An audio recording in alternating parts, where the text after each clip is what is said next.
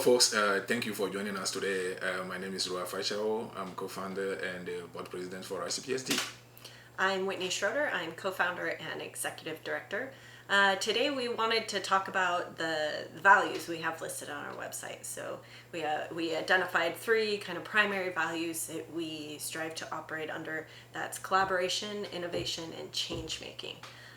So let's talk about collaboration first. Ro, you can kick it off. Yeah, so that's a big concept when you say collaboration, right? And for those who watch our previous video, we talk a little bit about how we want people to come together and work on various projects. So we all know that in today's world, nothing is possible without collaboration, right? At all level of society, you actually need collaboration because one man's idea or one societal idea will not be able to solve some of the problems that we have. So we need for folks to collaborate horizontally between various entities within the community that we work in, right? And also vertically between various levels of government and various levels of institution. When you collaborate like that, then you're more capable of coming up with various, the effective solutions to solving some of those issues that those communities are dealing with. So collaboration is paramount for what we do. And if you look at our vision as we talked about it before, it's basically about bringing the communities together, bringing folks in the community together to be able to work together. So we go there and we collaborate with all the institutions and the various in the society over there, and then we also work with various entities that are part of the community, being state institutions, traditional institutions, local institutions, educational institutions, so at all levels. So yeah. And we also try to model it internally, right? So we mentioned this before, we technically have like three separate programs, but they're not really separate. They all are part of each other in various ways. And so, keeping all the programs collaborating together, and that also brings generational collaboration because we have the women of Lolo Nu, who are a big part of our restoration work, and then we have the youth program, and getting to have all these pieces intermingle and collaborate and share ideas and thoughts and actions together. Yeah, just to give you an example, for the nursery project, the seedlings that we select are not just selected by us. That's one part of the collaboration, right? We talk to the locals, we talk to Lolonu, we talk to other folks in the community to come up with some of the species that are important and why they want those species to come back, or why they want to propagate more of those species, right? Yeah. In order to be able to do ecosystem restoration in the area. So sometimes it can be frustrating. Collaboration can be very frustrating, but it's very rewarding at the end because you have everybody participating in the process, and then everybody has ownership of the result as well. So when that happens, then you're more successful in what you do. For those who know our organization, we don't have a lot of resources. You all know our budget is pretty tiny, but we've been able to maximize our impact because of that local ownership, because of that collaborative aspect of our work, where people feel like they actually they are part of this process, they are part of the result, and this belong to them as well. Yeah, and I think collaboration just by its nature builds momentum. And we've been seeing that in the last couple of years, well, COVID aside, but I think when we first started operating, it was a little bit of an obscure idea that we were trying to pitch out there to people and partners. But then once it was starting to be experienced, this collaborative nature and kind of, I don't even know, like no strings attached type equability in partnerships, that it just started to gain momentum, and more people want to be a part of it. More people want to be a part of this. And I'm not saying just, our reforestation or what we're doing, but, community builds community. And so we're seeing at least in our little, microcosm of where we operate, we're starting to see the ramifications of that, and learning a lot from the historically community-based culture of Togo as well. Yeah. Okay. Yeah. Next up is innovation. Yeah, innovation is always a part of human endeavor, right? So if you think about it, we're always evolving. We are always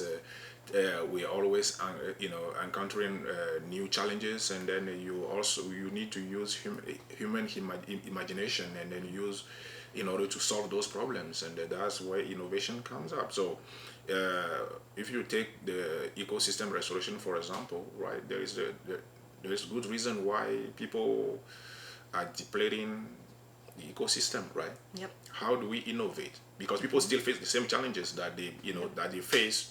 The reason why they've been cutting down the trees and doing all those stuff. So how do we innovate so that people can still solve their basic need? They can meet their basic needs, Yes. while also improving ecosystem, and that's where innovation comes in. And you use all type of means. And for example, if we start with the nursery, right? People want trees that can grow fast, right? And how do we support that? Yeah. How do we do that? And that's some of the things that we are experimenting with the locals at the nursery level. At the nursery level, to using local material as much as possible, right? To be able to grow the seedlings that are very healthy, right? That can grow fast, and some of the results are there. People could go and see them. Yeah. Trees that we planted 6 years ago, you see them today, you'll think they're 20 years old. Yeah. It's fascinating to a lot of people. We're not using any heavy chemicals or anything. Nope. We're not doing a GMO. We're not doing anything. We're just mixing and experimenting with local, how do you call it? Compost and other things that we so that they can, for example, using rice. What's the name of that one? The rice thing that we use to mix with the soil. Perlite? Or? No. It's actually I'm not sure.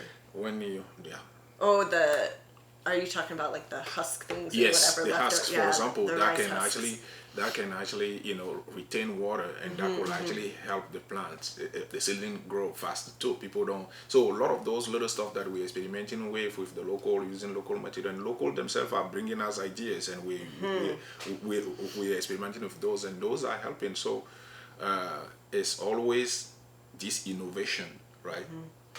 That is basically bringing people to accept what we are doing, and people see the result. Because when you say innovation, if people don't see the result, then it's not innovation. Even though you need a lot of failures in order to find the success at the end of the tunnel. So yeah, and I think my favorite part about the innovation that we're seeing over there is it really taps into that collaborative side of things, is where Ro mentioned they bring a lot of ideas to us.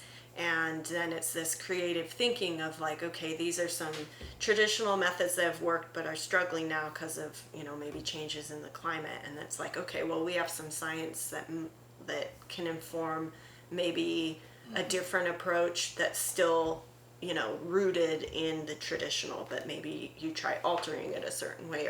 And so it's this innovative, creative thinking that, is coming out of this collaboration, and it's just really, I find it very personally just encouraging and empowering to witness, and it's everywhere.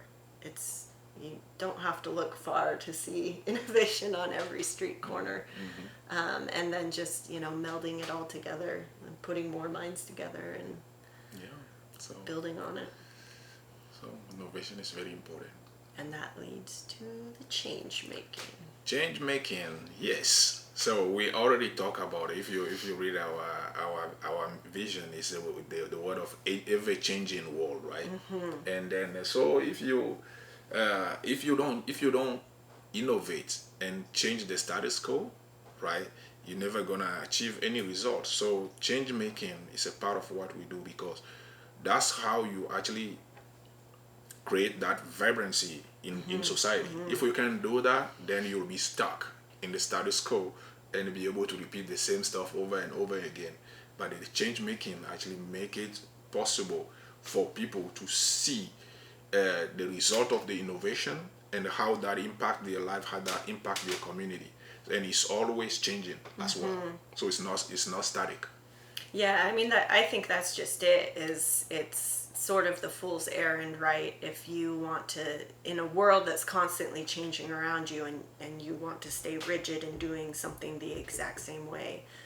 Yes, I personally think there's immense value in tradition, but there has to be a little evolution with that, I think, in a lot of ways, or you'll get left behind. And in the context of climate change, it's more of a survival imperative, right? Yep. So if you're continuing to try to do things the exact same way you've been doing them, or if you look at it from a longer framework of colonialism, where you trying to get back to your I guess traditional ways of doing things that were maybe removed from you through the process of colonialization and what that did in a lot of countries. And you can bring it back, but times are different now. The world has changed, the climate has changed, and so finding ways to innovate these traditional approaches, the power of that. And when we talk about the melding of science and local knowledge, that's exactly what that is. And I'm glad you mentioned climate change. In the face of climate change, communities, are struggling, and then there are things that they have to change in order to adapt and adjust to the changing climate, right? And there is no way around it. And if we want the community to be resilient, then they have to do those things, and those changes come. For example, I'll give you an example. In Togo, for a long time, at least in the southern part of the country, right, tree planting season is in June, usually early June. In fact, in Togo, June 1st is National Tree Planting Day, and that's when most people also plant their crops, right? But because of the changing nature of rain now in the country, most of the time you plant in June, you might not get any rain, right? So, for example, for the last few years, we've been planting in July because that's when we get most of the rain. Well, and even later, last year, we had to do like a 2-part planting, where we did July and there just wasn't enough moisture, and some of the seedlings weren't quite far enough along, so then we waited until it was like September or something. To plant. So those are some of the adaptability that we have to get used to as the climate is changing, right?